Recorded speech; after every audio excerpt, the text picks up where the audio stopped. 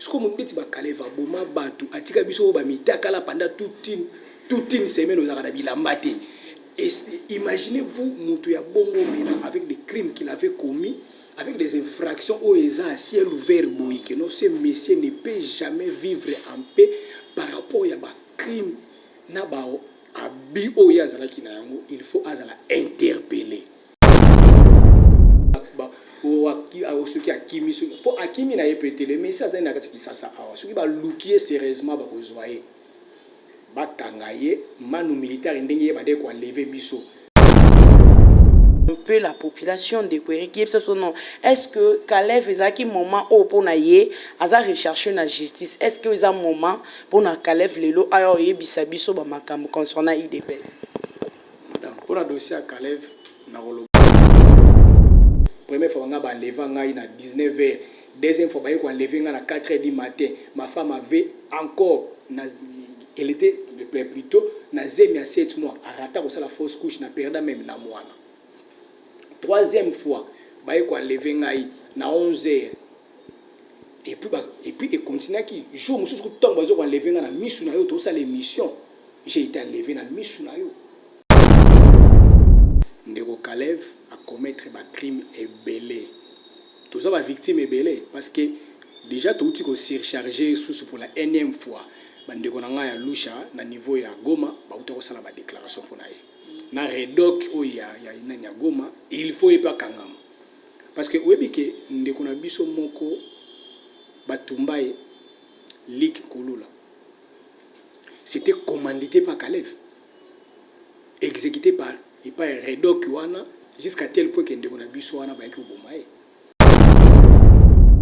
moi je soutiens jusqu'à preuve du jour convocation na plainte il y a papa Nangaï Christopher Ngoï parce que c'était lui la première personne qui a osé là où les autres n'ont pas osé. La torture physique n'a pas torture morale. J'ai des cicatrices au Kalev à Salanga comme pas torture.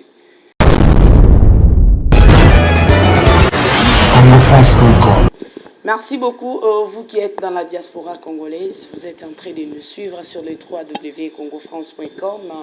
Je tiens à souhaiter des joyeux anniversaires à tous ceux qui sont nés au mois de mars, particulièrement à ma maman chérie. Joyeux anniversaire à toi. Pourquoi pas à Laetitia Moulamba, Viviane Guinda. Joyeux anniversaire à vous. Laisse que le Seigneur Dieu vous protège, paix, grâce, prospérité. Soyez bénis brutalement. Merci beaucoup.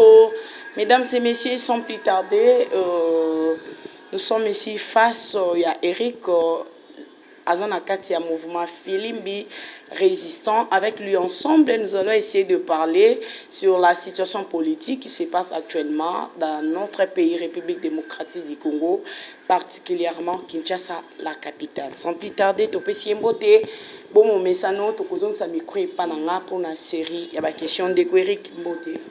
Mbote, maman journaliste. Merci beaucoup, Ndeko Eric Ozali Nakati à Mouvement Filimbi. Parlons d'abord au dossier Rossi Mukendi Tuimanga, Oyo Akufaka, na marche Oizaki organisée dans la communauté laïque du Congo pour revendiquer les droits, pour respect, il y a des textes, respect, il y a constitution pour organiser des élections. Alternance, c'est ça qui aujourd'hui, Rossi Mukendi n'est plus. Bino Bozali, Ozali Moko Ozala qui n'a Rossi Mukendi. Le procès est en pesant encore. Qu'est-ce que tu peux aujourd'hui, quel est le message qui est lancé na baï diaspora ou bakolanda biso partout dans le monde entier? En tout cas, maman journaliste, merci pour la parole. Pour la dossier Rossi Chimanga, to bandala eloko wana banda kala ko réclamer justice pour la ndeko na biso wazaki ami proche nanga to kangama na ye to betama tu na niveau que de l'homme de kwaza sous-souté et ça la biso passe parce que ya romona qui mort na ezaki mort ezaki prémédité. Mais aujourd'hui grâce à Dieu par rapport ndenge maambongo zo kendela toujours mona que la dame wazara qui commanditaire ya meurtre wana déjà a ça déjà interpellé parce que na premier procès babandaki kobomba biso kobombela biso ye plutôt mais lelo babimisi ye pena à la toile du monde comme ça que non c'était elle qui avait donné l'ordre au monsieur oyo a exécuté qui meurtre ya Russie dossier ça le 22 déjà ba otanga déjà ba banania ba infraction ba nini surtout le 22 bazo kata siko le dossier tu es bien que cette dame là fera 20 ans jour pour jour en prison parce que c'était là même le dernier message à papa ya Rossi Chimanga oyo ayebisaka ngai parce que je fus le dernier personne oyo yo na solana papa na bango direct boye avant à ça la crise et le papa était clair ayebisa nga que non akosepela quand même na sabawa soka moni mutu aboma mwana na ye ba rendre justice wana. Aujourd'hui, la famille a perdu des éléments à ma case, tu perdu papa Fernand, na yemoko aussi Chima. Alors, souci na ngeza boye, ya omona que non, ce qui le loyo et que juste un peu comme ko traquer bateau nyo surtout ba salaka ba mabelobi. Ba bandako. Yeba ko futa o ya bengi ba crime na bango ba salaki eza malamu. Donc pour la dossier aussi Chima le 22 to zala wana na parquet afin que to yoka dernière maloba ya ministère public par rapport à la condamnation oyo déjà ils a déjà na table pour na batwa parce qu'il faut madame wana Karine Losako wana Loseko plutôt il faut akangama parce que c'était lui qui était le commandement pour la Merta aussi. Merci beaucoup Ndeko Eric. Parlant dossier Kalev Mouton Wazaki ancien 2G à Aner, il y a Aner, Lelo, jour pour jour, Azali rechercher une justice Nabiso. Est-ce que malgré recherche Wana, Kalev Mouton, tu connais la révélation qu'il a aidé beaucoup de cadres et UDPS. Est-ce que Kalev Mouton a causé la caca, Azali interpeller la justice, toi Azali rechercher la justice pour que MKMP Kobimisa ba véritablement quelconque à la tête de l'UDPS ou encore il y a quelque chose qui se prépare du mal à la tête de la population congolaise. Topezali ba jemo ba ko sala biso entre eux pour distraire un peu la population de Kweriki. Est-ce que Kalev ezaki moment au pour naie aza rechercher la justice? Est-ce que c'est un moment pour na Kalev lelo ayo yebisa biso ba makambo concernant UDPS? Madame, pour la dossier à Kalev na rolobango na deux hypothèses. Hypothèse à liboso ezaboy. Ndeko Kalev a commettre ba crime ebelé. Tout ça va victime ebelé parce que déjà tout tu ko surcharger sous pour la énième fois. Bandeko na nga ya Lusha na niveau ya Goma ba utako sala ba déclaration pour na ye. Na redoc o ya ina Goma, il faut y pas kangam. Parce que oyebi ke ndeko na biso moko batumbaye lik kolula. C'était commandité par Kalev, exécuté par Redoc jusqu'à tel point que ndeko na biso wana ba ki bomaye. Alors mutu bongo lelo yo atako twango que république ango eza jungle. To boyite ndenge ba memela ki biso na ba république tango kanamba zala ki au pouvoir. Mais lelo faut qu'il y ait un peu moi ba lo mususu emika ko joana moi ba droite parce que tant ba ba no état de droit. Il faut socle la justice à la fort. Pour justice ndemute il y a un petit tombo la kamboka même bible no belo quoi ce que mon dit ba Kalev boma batu atika biso ba mitaka la pendant toute une semaine aux arabes bilambate et imaginez-vous mutu ya bongo mena avec des crimes qu'il avait commis avec des infractions au eza à ciel ouvert boy que non ce monsieur ne peut jamais vivre en paix par rapport à ba crime na ba abi o ya zala ki na yango il faut azala interpeller. Moi, je soutiens jusqu'à preuve du jour,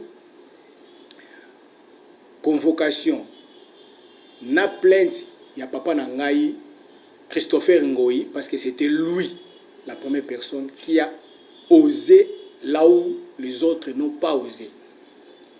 À Télémaki, à Fundi, il faut qu'il y ait un l'interpréter. Après interpeller, je m'excuse. Deuxième volet, Isaac, les lorsque qui va comme bimsa la vérité wana, azo bimsa en guise de quoi. Mais Isaac va dire na bon bando ça la bande kala. Ata lobiango ya mamba passeport, oui. Tu es déjà déjà que non, IDP c'est qui à un certain moment ça qui en connivence na pouvoir en place avec Joseph Kabila pour na mamboteli bando faciliter bango ba biloko mususu parce que bazaki na deal na bango moko bando préparer ya ki premier ministre et les autres ba biloko mususu ba poste mususu bazaki wana yango mona ki série wana ba kobaki na mo elengi ya kokendaka kale va comité émissaire na bango ya kokendaka kosala ni wana et puis yango faciliter ki bango ba ouverture na ba couloir mususu mais au-delà de tout ça ata le ba vérité wana biso totala wana te biso totala nde oyo ya kometaki comme ba infraction oyo ya kometaki ba traitement inhumain ba torture physique na ba torture morale ngayo so na yona longola bilamba j'ai des cicatrices au calève salanga comme ba torture ata yete la personne en question muta torture ki ngai mais les autres bato bazalaki wana ba exécuter ordre wana tango ngai na kanga maki na aner ezalaki ordre c'est utaki directement na hiérarchie oyo ya bande ko kamba do lelo ceux qui komona ye azoluka ba o ceux qui ba o ceux qui akimi po akimi na yepete le message na kati sasa awa ceux qui ba lukier sérieusement ba kozoyer ba kangaye manu militaire ndenge bande ko enlever biso première fois nga ba enlever ngai na 19h deuxième fois ba ko enlever nga na 4h du matin ma femme avait encore elle était plutôt na zemi à 7 mois arata ko sala fausse couche na perda même na mwana troisième fois ba ko enlever ngai na 11h et puis et continue qui jour mususu tombe bazo ko enlever nga na misu na yo to ça l'émission j'ai été enlevé na misu na yo donc pour vous dire que non batuwana ba se comporter qui ndeti baza banzambe ya kokomisa Congo ndeti bango nde baza ba décider ya kosala nyonso ba vie ya bato komaki moins importante liboso na bango o azaki ba ko ôter au même vie ko lobela bango eloko moko te lelo soki monsieur Félix Tshisekedi doit être président président en fonction soka lingi a réussir mandat na ye eza ya ko sala chasse aux sorciers mais ya ko lendi sa justice congolaise na biso justice ba ko sala mosala nango ça vraiment c'est un chapeau bas parce que comment déjà ba quelques signaux où ils ont mis ma biso déjà vers ya comprendre que non le président de la République a une volonté wana ya kembi sa justice et comme makasi mais à une seule condition que justice est une justice non il y a deux poids deux mesures une justice pété que non il y a pas intouchable non nous voulons plus avoir une république des intouchables oyibi même biki ya l'état bakangi yo kende ko samba parce que lelo papa mikolo ya mboka o biso to ko joma ele pa na bango ba komande ba miyibi o bazo ko prendre jeunesse ndenge ni ya oyiba pe ko détruire mboka allez un peu comprendre donc par là ndeko Kalev ngara yebisaki déjà Kalev ko banga na yote zala makasi ndeko bandeko zaki makasi envers biso o kanga biso bazo bengo le tout puissant l'homme de Subaru et quoi que ce soit soko koti na cellule au côté na bureau tout le monde ba na cellule ba ko lengo ndire ba tsheba ba climatiser na banzoto parce que to ando ba te o kende wa ko suka parce que yeso ka ye ay ko décider lelo yo pe abe azwa makase ki mobile na ndenga bande ko sala pe ka kala malgré linga salir de sous kombo a idée parce que bimsa ba ata soki si a salir rango eza ba deal na bango ba sala kala wana etali biso te moi là où je me bats ezaki il faut akangama à comparaître dans l'état ben infraction na yo asa soki akekuna eki babiloko biso to fundaki comme ben infraction soki za lukuta azala ba juge pardon akozo ba avocat non ba avocat ba ko défendre parce que yete muta commettre babiloko wana mais azala bato basala babiloko wana soki que no justice a tranché que non ye azane innocent akofanda na kima nyonso je me rappelle na ebisa jour sokuta na 7e rue na rappelaka na ebisa ka e okotambola na yo mais mon collègue Zali au foot à masumo salaka biso à Seka parce que ses enfants étaient tout près de lui à Seka mais les lots et comme les ngai ce qu'on a comme dans la liberté na motambo na mais ya mo kima bondenge et pourtant ngam na ndoko kima ya banda ko tam mais moi ce n'est pas seulement la zo quoi azako alecter pas et puis place mobile na Zali te akolela pe mobile n'est porté disparu non porté disparu te batika ba théâtre wana za ba théâtre même coup na théâtre de chez nous ba monter théâtre ndengo na te maboka neza pena salité ba monter on ba pièce mo il fallait pas moi si a yebi place mobile azali celle muto ayeba kate mbu esika mobile na azali za moi so za veuve habité sur mobile na héros na sa ba kufa za côté nini mais moi so ayebi balala ka nembetu moko ayi place mobile na azali. Donc sa femme connaît mieux et très bien là où Kalev vit comme état que son mari. Ok, merci beaucoup Ndeko Eric. Parlons un peu dossier gouvernement Sama. La fois dernière, je crois bien, il y a un front commun pour les Congo. Il me dit que Bino Bouzaki Olobano, coalition FCC Cash, ce qui freinait le pouvoir en place, c'était Kabila. Mais il n'y a plus coalition. Aujourd'hui, nous ne parlons plus de la coalition FCC Cash, donc on la Union Sacrée. Union Sacrée, c'est le Premier ministre, mais ça prend du temps pour que le gouvernement bima. Mais kasi selon la source, tu koyoka, bande kwa IDPS, bazaki kaka na droit ya oui ministère, mais quelque part, toujours mon côté, affaire Kabound 80 postes. Aux alliés analystes politiques, bien que résistant mouvement Filim, dites-nous un peu, c'est quoi l'histoire là, il y a 80 postes, et oui, cabinet, tout comme ça. Au-delà de tout ça, et là, le conseil le bezaboué. Bozui Ndoki, Boteki Ndoki, Boboso Manganga. Donc, tout le monde le voit. Donc, si on a limbo, c'est simple. On avait l'intention de palper pour sentir changement moyennant la réforme et classe politique. Mais malheureusement, que réforme et forme comment se fait-il que Azaki Mouyibi lobby na FCC? Aibi, asisi mbona kesa l'État. Mbona l'État bazolia mondeti na likelemba. Lelo yo kolia 5 millions, lobinga na kozwa 10 millions. Yo ki le jour na baibi batuana lelo yo bolongoli bango na ki soi-disant FCC bo ramener bango na Union Sacrée. Et anetu yo mama ndengoza boye ba elati so elamba ya mwindu mais ba changer au comporter, ba changer au comportement. OK? Alors, ce qui est là, c'est qu'on s'acharne entre eux, qui nga fona zo poste boy, nga fona zo nga boy. Pouvoir ce qui commis et lo ko ya intérêt, il va pouvoir en ezra su ya peuple et comment va pouvoir ya ko se servir.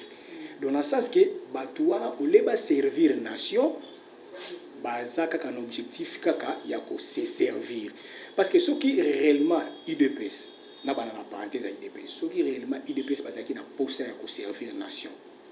Pourquoi 8 postes ministériels besoin 80 personnes? Bon, tiens, bon, na habité Kabound, Jamar. Mon frère Kabound, il faut ailler baquer. Au-delà de tout ça, jugement ezali, ou ezali jugement peuple, peuple a jugé bino. Boye bisaka biso boye. Mais Boussala qui boyete. Est-ce que ce qui est le peuple a satisfait dans le gouvernement, on va bien un gouvernement warrior. Oui, warrior, maman. Il y a des Yankee. Les warriors sont des pomba, les Yankee. Le gouvernement va prétendre que c'est le gouvernement Yankee. Donc, quand le gouvernement Yankee, on a Yankee, Moussa, na yesu, comme il a comme l'art, il y a ceux qui ont moni l'art, comme on a Yankee. Donc, quand le gouvernement, est-ce que tout le monde espérer un changement? Moi, je ne pense pas et je dis non. Point. Parce que ceux qui ont l'intention que ça là, le gouvernement ou les qui non et que stabiliser va désirer un peuple congolais tant que bien ça y est na consultation ou les consultation médicale sur les consultations parce que au-delà de tout ça mais c'est Félix c'est dit un tant qu'opposant qu'il était à l'époque à Iba qui va désirer un peuple congolais nyonso que peuple congolais a maïté a couranté alia kana système qui journalier. Donc, Aliaka, ce qui a bimité à Oliati. Ce qu'on a commis aux affaires de l'État,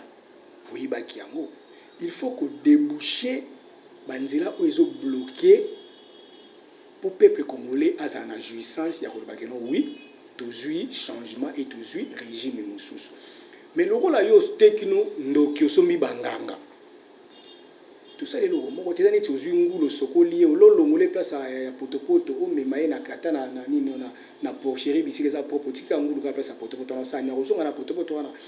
Croyez-vous vraiment que non avec des bateaux ba bomi ndeti ex onatra ba komora bango yebani ces gens-là j'entends parler que ba ozonga na mopeka na gouvernement wana ba la mère mende est hyper escroc. Je m'excuse parce que le mot qui convient à la place parce que escroquerie ou ya kose la biso kabila pese biso kabila forme que kabila za 5 mais muteli biso ndo kata biso internet ye wana ya lukuta nombre de morts ya este soki bato bakufi 5 ya kolongola 5 wana atie moko atikala jamais koyebisa biso vérité mama mpona koevite drame ya ndenge nini mpona koevite soki obomi 5 ngungi okoloba te na bomi 3 ngungi bangungi wana banda kosalanga nini babanda koswanga non fo koloba nombre exact parce que bato bakufaka na este wana bazaka banyama. Et puis bateau bakota na union sacrée wana. Tous nous savons que à l'époque, surtout il y a les sénateurs avec Joseph Kabila, il y avait des gens un ministre en fonction, bon touché été, bon tricolore ça la procès n'a été les cas comme des Bakonga. Les gens comme par exemple un directeur de cabinet comme Vital Kamerhe, tout le monde procès na ebisonion so ce qui est contraire na gouvernement Kabila. Mais c'est comme si bango so ta na union sacrée. Apparemment le président Félix peut jouer à l'intelligence à tie bango boko tawana. Mais ba olande la bino malembe. Pourquoi pas beau espérer na maman na union so boko nsaka lokwa bango so baye, on dirait les systèmes anciens et ozonga le sous na kata ya gouvernement union sacrée. Limbisa moke parce que na rotuna mituna normalement eza ya yo ya non eza ya ngame na rotuna ce qu'on a jouer rôle MP ya kozala journaliste na rotuna des questions tant basambisa ka caméra ba yebisa ko caméra ibaka combien 0. Deuxième question tant yo zolo bakeno na époque ya Kabila babande ko sambisa ba ministre était OK c'est bon bien Willy Bakonga basambisi déjà.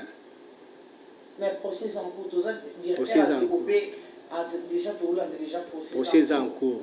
Bakonga va blanchir là je vous informe. Et puis à cause de la reconduit encore ministre. Là je vous informe. Et ce qui est pour la baptisation, l'union sacrée c'est une blanchisserie. Tout kangi parenthèse wana. Au-delà de tout ça, le président a la volonté ya ko changer. Mais ya mabe oyo biso to bande ko loba banda kala ezake. Ozui batu moko boye o babenga ba périmé politique. Bato baza guéri, ata moni 100 francs na poche na yo, il faut luke ko mapa na ye, mais ya za na 10 000 francs na poche na ye. Donc quelqu'un o alinga ko ka sola mbongo te. Croyez-vous que non, ces gens-là peuvent faire mieux et changer ces pays? Non. Le président Félix Tshisekedi doit avoir un peu l'habitude de médicaments moké na kati batu na wana o yalingo travailler na comme état ba collaborateur na ye parce que lui en tant que chef de l'état asana ba collaborateur za ba ministre na ba mandataire et autres surtout wana il faut instaurer moi fimbo na dictature ce qu'a instauré le wana a olonga so akitisi trait de vie à ba fonctionnaire na ye abomi copie politique comme politique comme il faut copie au monde que nous même pour comme ministre ozo baye pour otala kuna no salaire no eza $1,500 ba avantage mususu o ezala ki kala ndenge bazali ko yiba suki ba ndenge ni eza susute okoma kino ba bengo pena ministre binote papa en tout cas monsieur le président donc on a osala musala rate neke sata bilanga na ngai. Imaginez-vous Willy Bakonga to badi ko ganga komba Willy Bakonga lelo te pour makamba ni ya ba détournement et bandi les lotés IGF combien de fois IGF j'ai même des vidéos où IGF a fondé Willy Bakonga a société même naba nombre des écoles fictives et souka ki wapi pourquoi bandi na dossier ba facture no surtout mais la personne c'est Willy Bakonga faut pas bande roteker Willy Bakonga et non bande roteker batona parce que batona bazoka ba instruction ou tara pas c'est pas naïe mais sache-le très bien il serait sincèrement protégé parce que Willy Bakonga a la reconduit comme état ministre parce que union sacrée isa o babengi la blanchisserie politique congolaise ce que ça ino muyibi continue union sacrée parce que bazoki bango pe ndinga système ya muyiba bango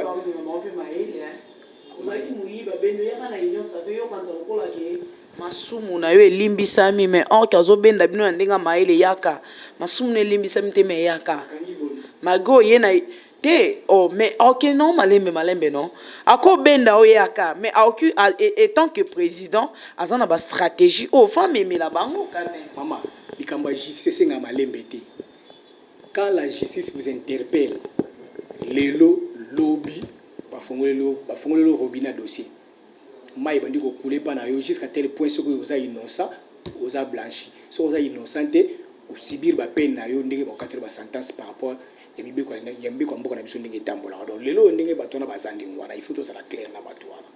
Ces gens-là tellement parce que la minute sur Rolandi bango ba que non et comme bord na biso tango na biso malobana zo bima même trop même au sein ya bato parti politique IDPC autre sur Rolandi même atana ba réseaux sociaux comme et comme pe tango na biso oui tango na bino pour kamba mboka parce que 32 ans d'élite ça li banango baté siko boza siko aux affaires de l'état bo prouver biso que non o bondé ko télémela ko bana Mobutu tina Joseph Kabila pour la biso que non bino bo ça le contraire nango donc bo ça la mieux pour que peuple soit satisfait.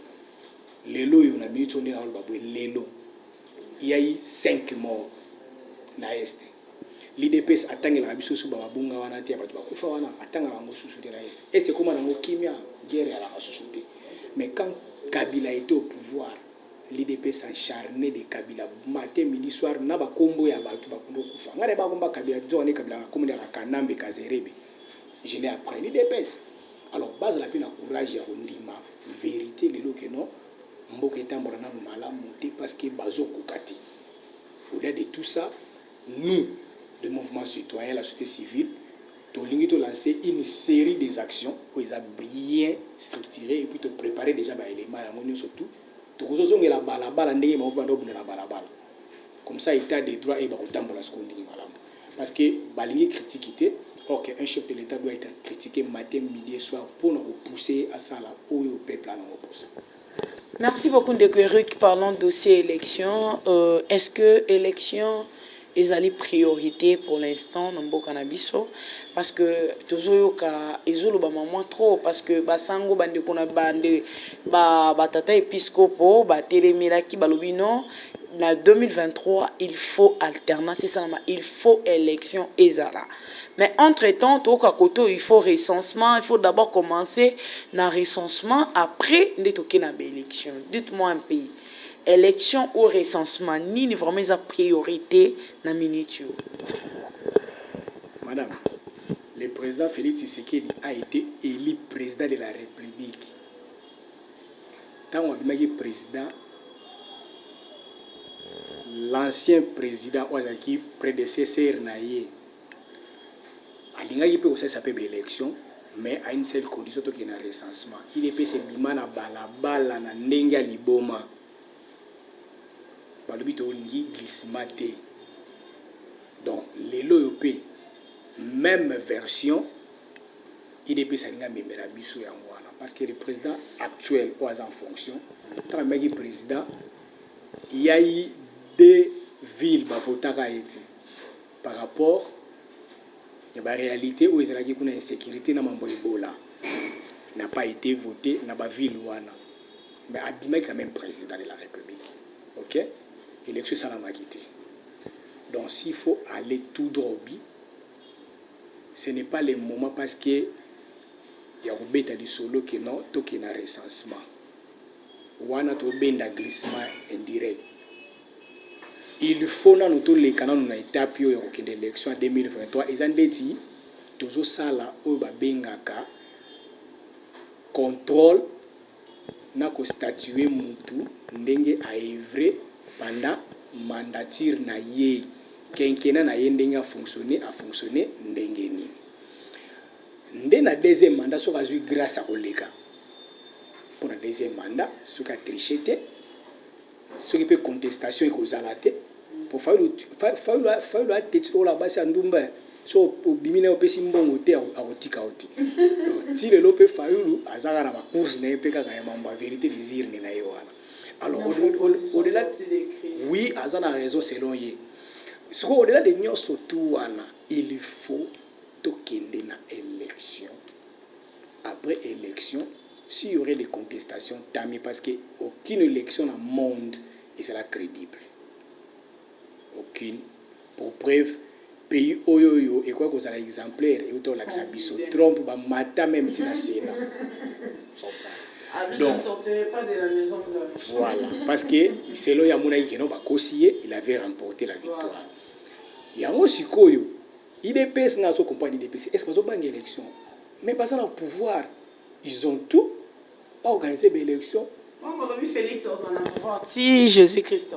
ah wana siko comme siko dictature donc impérial siko comme s'installer parce que na au-delà de la constitution ba tchele ka demanda azaka na demanda ka na 10 ans soka travailler bien ça na 10 ans soka lingi glissement et simba parce que militaire ko to glissement ko ka pendant 3 ans te pema akimaki bon ye civil o akima ba lacrymogène akoka IDPS passe l'erreur on a été IDPS passe minimum que peuple congolais IDPS passe l'erreur on a été IDPS passe minimum que le peuple congolais bato balingi changement baza au-delà de 90% IDPS passe mokié changement yaka yo sali ndambu place au soukeli moninga yeko sala o bengi continuité de l'état alors il y a eu pouvoir le biti Jésus-Christ a par quel mécanisme donc Félix akufa na bokonzi ba installer au royaume wana ebité ce qui par rapport à mécanisme ni bamba memela biso wana mais ba mataba ki tata ba pakoliser ya dongo na nzoto na 2023 to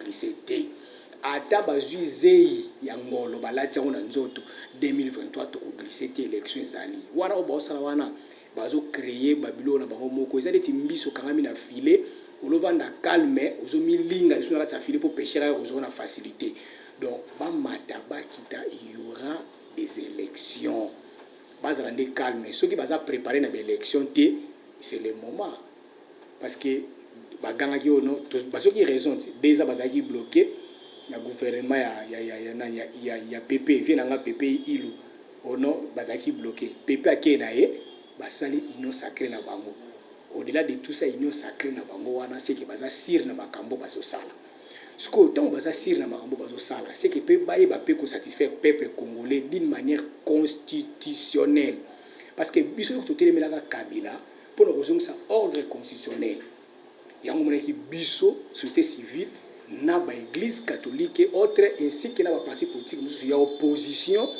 ba meke ko telemela afin que Kabila Sanini aille respecter la constitution.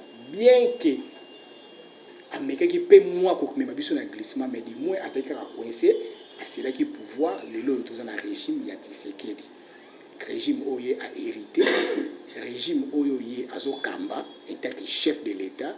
Oui, constitution na biso ils a une constitution ils ont ba piège bilé na kati.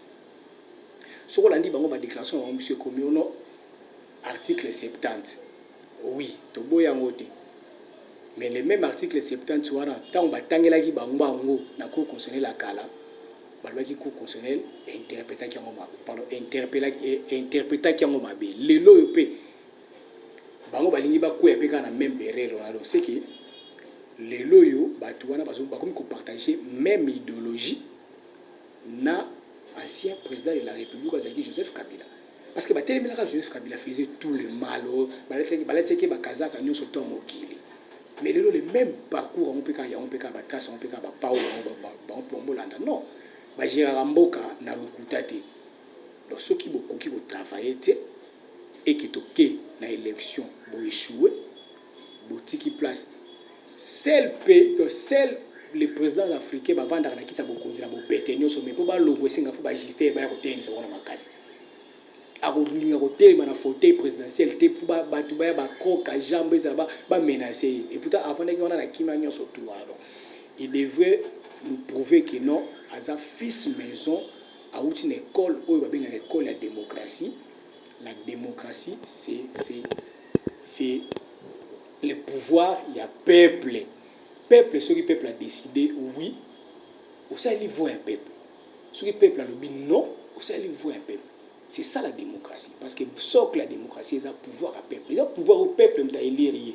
Parce que le peuple a voté qui est le président de la République. Au commis, on a des sika yango.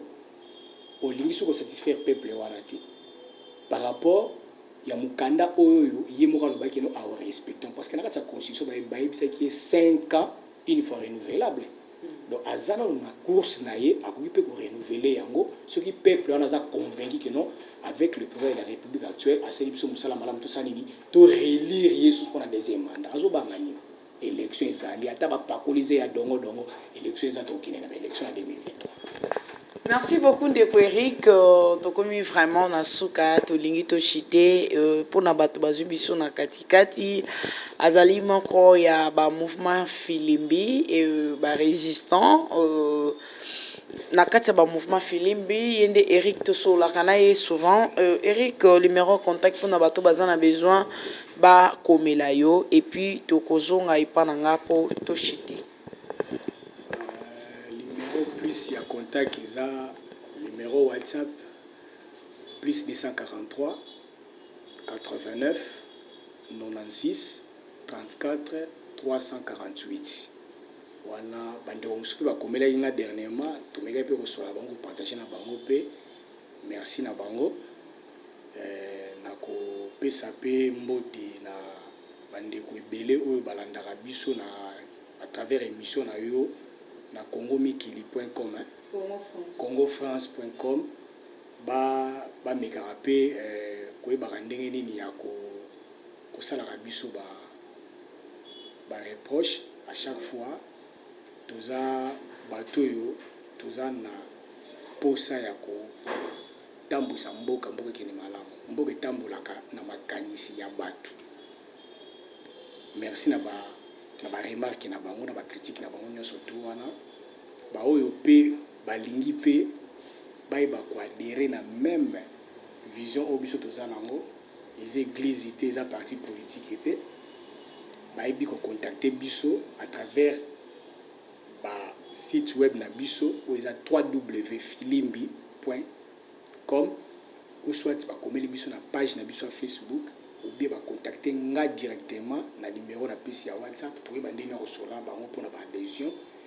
Filimbi ezali mouvement citoyen ou ezo est vrai kaka pour le changement en tant qu'activiste pro changement et puis activiste panafricain toza wana pour na lelo kotombola eloko ba bengi Afrique ezala libre. Au-delà de tout ça il faut te ba ko éradiquer tous les présidents dictateurs et puis à installer une Afrique meilleure. Mais ils ont une unité à esprit, ils ont une violence. Parce que la violence est bien la violence. À travers des actions pacifiques, nous devons installer et locaux bengi Afrique libre. Na pesi oncle Nangandi sur les bengi mbote. Na pesi bandeko nyonso parce que ce faut natanga bango baza ebele bandeko na ngai ingénieur Idi Benda Mbote ndeko na ngai ingénieur Amos wana c'est un ami pote pena bureau na ngai ndeko na ngai Patrice Mbote ebele ainsi que na ba ndeko na biso aza na cameraman na biso pe Mbote na ye pe Onésime ndeko na ngai to riska na ye ko kangama à maintes reprises na sepela na musala sala parce que ba risque est belé dernièrement même ba matériel lesaki kutu ya beba mais nzamba sungaki ayoka itoma sur la cachon ndenge za la nzamba sungaki to bingaki. Merci beaucoup. OK, d'accord, merci beaucoup à ingénieur Ridi, merci beaucoup, merci Onésime Canard qui était derrière la caméra, merci à toute l'équipe de Congo France, restez toujours branchés chez nous, la passion de vous informer à temps réel. À nous revoir à la prochaine, bye bye. Congo France